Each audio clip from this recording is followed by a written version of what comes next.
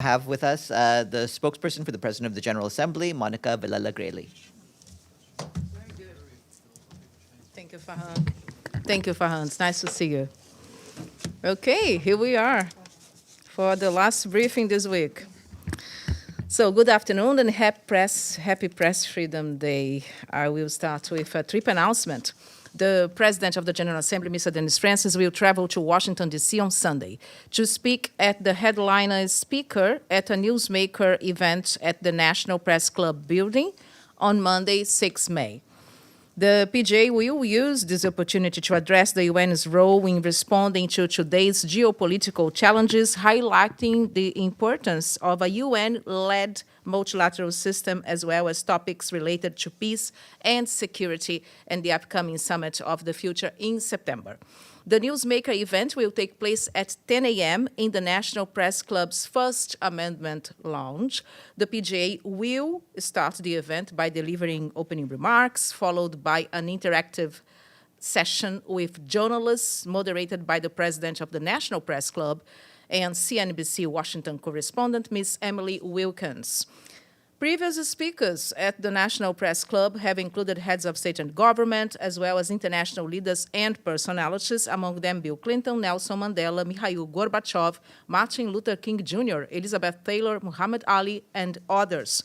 The PJ's delegation includes his chef de cabinet, a media advisor, and a media assistant. Travel costs to Washington, D.C. are covered by the OPJ's Trust Fund, and the event will be live-streamed on the NPC's digital channels and shared across the PJ's digital media channels. So tune in on Monday, 10 a.m.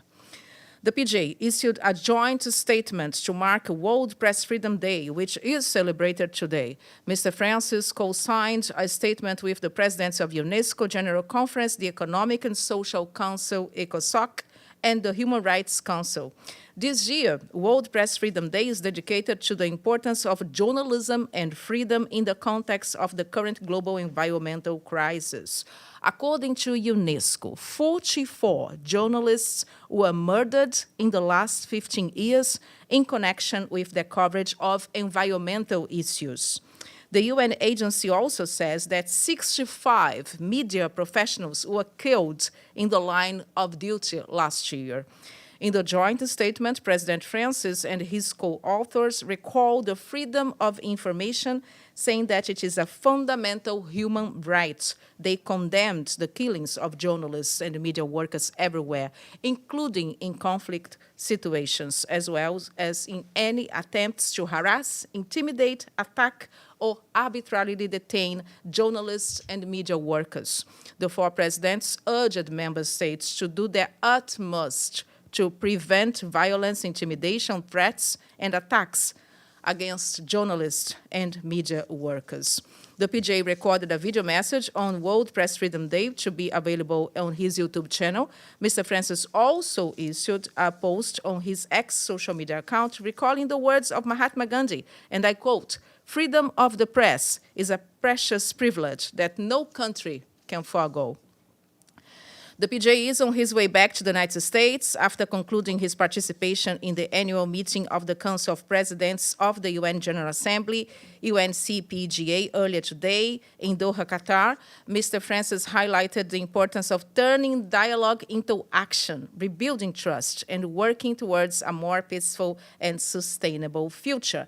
And now a couple of notes for your diaries. The General Assembly will hold a plenary meeting on Monday, 6 May at 10 a.m. under Agenda Item 63, use of the veto at the J Hall. This meeting follows a veto cast in a meeting of the Security Council held on 24th of April under the agenda item non-proliferation. And on Friday, 10th May, next week, the General Assembly will resume the 10th Emergency Special Session, ESS, at 10 a.m. in the GA Hall. This time, the resumption of the ESS was requested in a letter sent to President Francis, or to the President of the General Assembly, on 24th of April. And more information or details and updates on this meeting will be brought to you as soon as we receive them. And last but not least, Finally, President Francis wishes all Portuguese-speaking peoples around the world a very happy World Day of the Portuguese Language, which is marked on 5th May by the Community of Portuguese-Speaking Countries, CPLP, since 2009, and by UNESCO since 2019. Portuguese is spoken in 4 continents as the official language of 9 countries, according to UNESCO, the most widely spoken language in the Southern Hemisphere. So, Feliz Dia Mundial da Língua Portuguesa, that's easy for me. And this is everything we have for today. Do you have anything else? If not, I would say thank you so much. I'll see you on Monday. Yeah, okay, thank you.